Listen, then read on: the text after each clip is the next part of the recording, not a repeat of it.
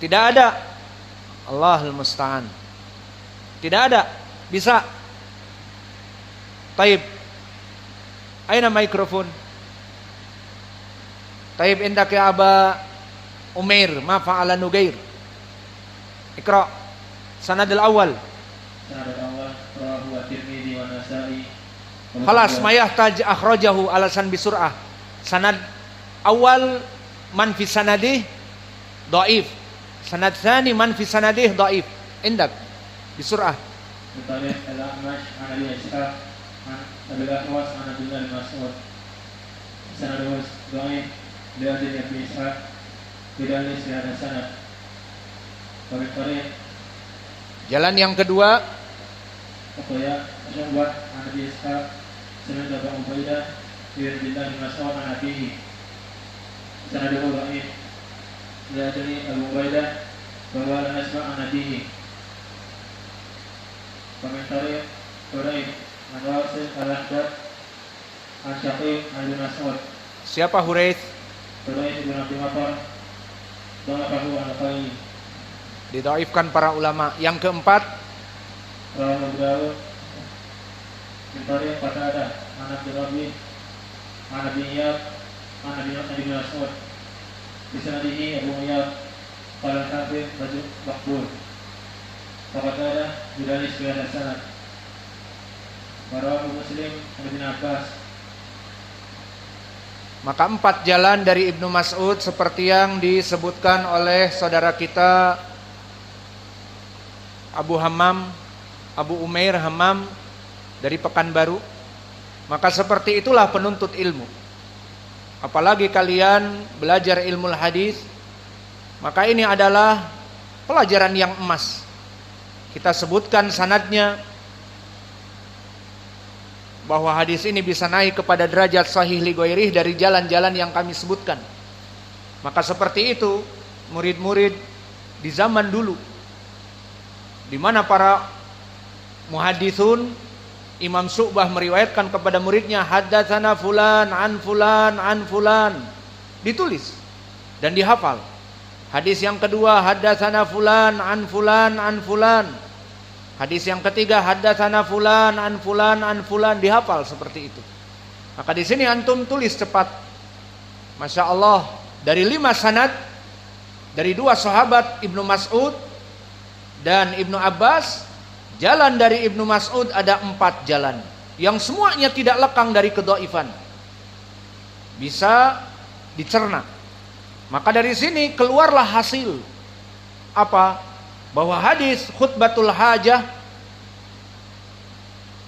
innal hamdalillah nahmaduhu wa nasta'inuhu wa nastaghfiruh, jelas hadis yang sahih li ghairi.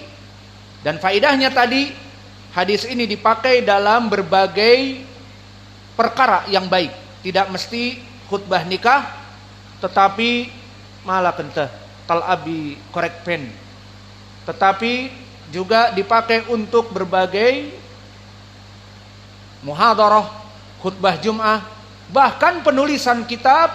Dan ini yang dilakukan oleh penulis di dalam matan. Setelah basmalah dia menulis innal hamdalillah sebagai pembukaan. Kemudian perhatian barakallahu fikum, dan ini juga faidah ditulis. Di sana ada hadis, yang hadis ini jelas sekali menunjukkan tentang kepentingan kita memulai dengan alhamdulillah. Meskipun bukan khutbatil hajah, tetapi memulai perkara yang baik seperti khutbah, ceramah dengan alhamdulillah, telah ada hadisnya khusus. Jika dikatakan kepada kita di sana ada hadis dari Abi Hurairah, kullu amrin dibalin la yubda'u fihi bil hamd fahuwa aqta au abtar. Setiap perkara yang mana tidak diawali dengan alhamd, seperti innal hamdalillah, maka dia aqta au abtar, dia itu terputus dari barokah, terputus dari kebaikan. Maka hadis ini sama seperti riwayat yang sebelumnya, kullu amrin dibalin la yubda'u bil basmalah. Di riwayat disebutkan basmalah, namun di sini bil hamd, alhamdulillah. Maka sama di sini pun hadisnya dhaif. Adapun hadis basmalah masih ingat siapa di sanadnya? Sahibul mikrofon, indak aku agar gantian, sama-sama anaknya Akmal. Masya Allah, mujtahidan. Siapa di sanadnya? Don't look the book. Don't look the paper. Don't look. Ahmad bin Muhammad dan Imran al-Ma'ruf bin Jindi. Setelah melihat, Allahul Musta'an, tidak hafal sanad, maka di sanadnya dhaifun jiddan. Hadis kullu amrin dibalin la yubda'u bil basmalah fahuwa aqta au abtar. Barang siapa yang memulai perkara-perkara yang baik tanpa menyebut bismillah, khutbah tidak dimulai dengan bismillah, pelajaran tidak dimulai dengan bismillah, menulis tidak dimulai dengan bismillah, bahkan mendatangi istrinya ada sunnah bismillah, ya apa tidak? Hadis siapa? Muttafaqun alaih dari Ibnu Mas'ud. Indak ya Riyaldi, apa lafadznya? Idza ata ahadukum, indak anta. Katanya mau nikah, harus hafal. Idza ata ahadukum ila firashihi, ay ila zaujatihi apa? Bismillah, Allahumma jannibna syaitan wa jannibna syaitan ma razaqtana. Bismillah juga. Maka kullu amrin dibalin la yubda'u bil basmalah fahuwa aqta.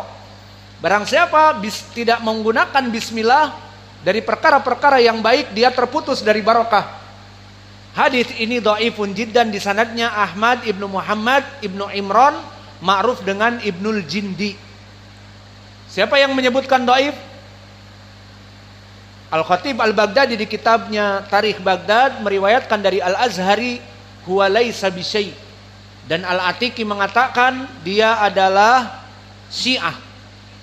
Maka Imam Muhaddis era now Al-Albani rahimahullah mendhaifkan hadis ini jiddan, bahkan di dalam kitabnya Irwaul Ghalil di hadis-hadis yang awal.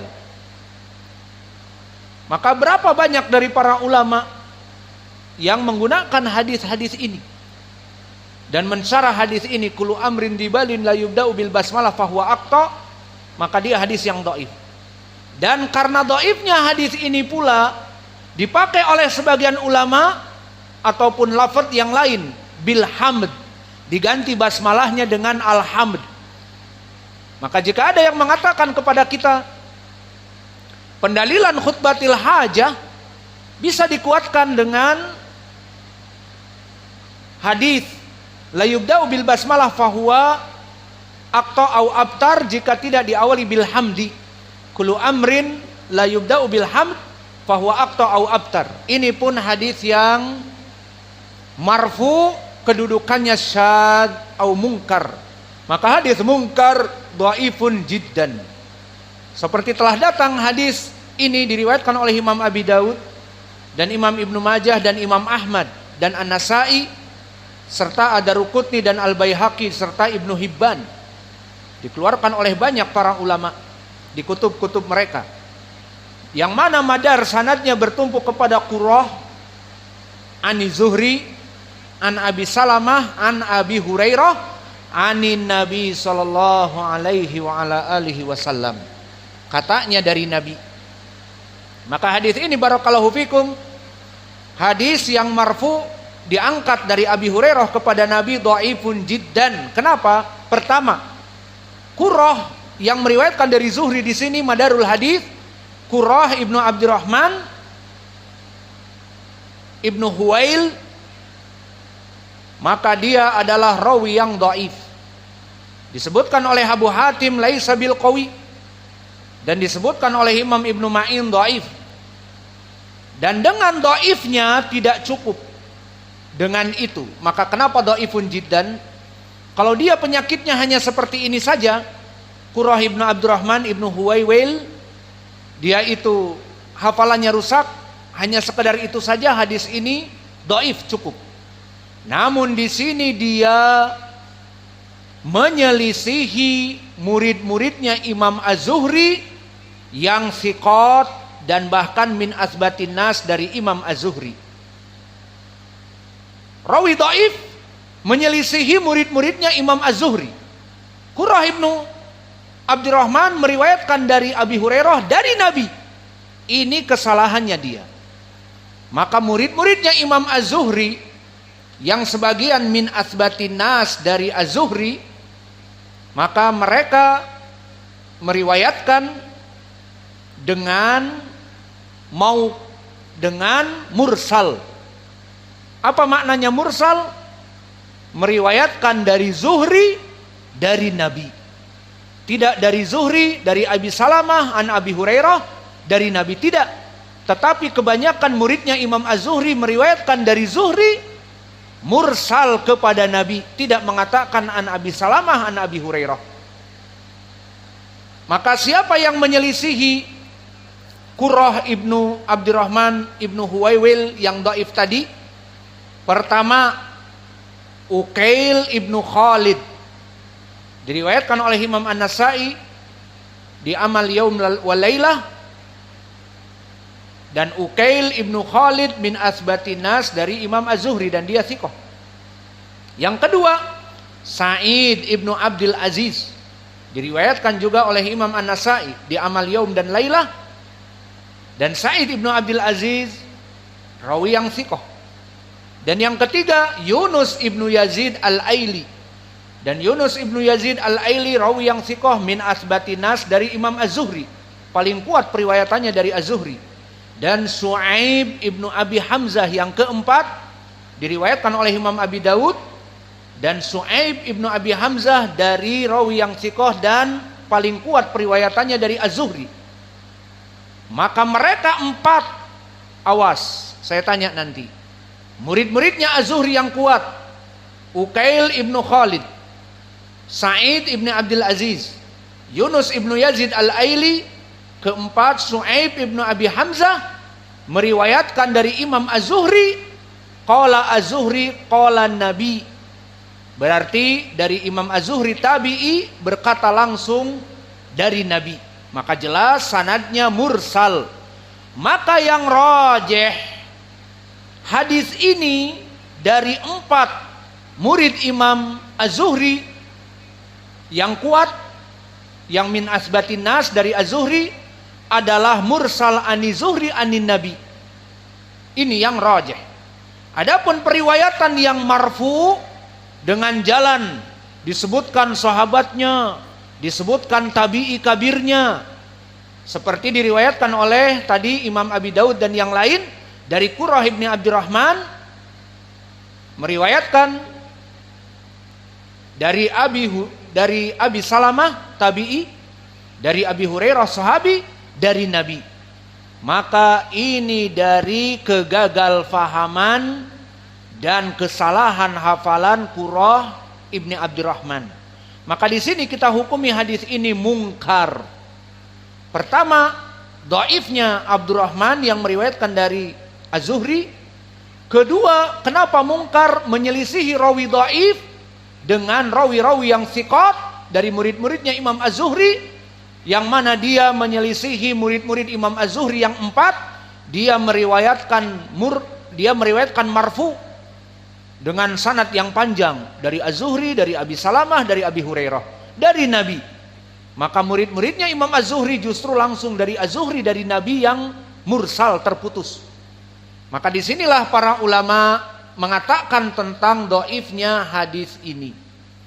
Maka telah datang nas dari para ulama tentang dhaifnya hadis ini, seperti disebutkan oleh Imam Ad-Daruqutni di dalam kitabnya Ilal.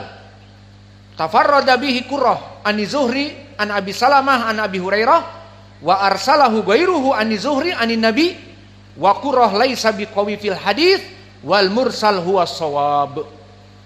Maknanya telah berkesendirian Qurrah ibnu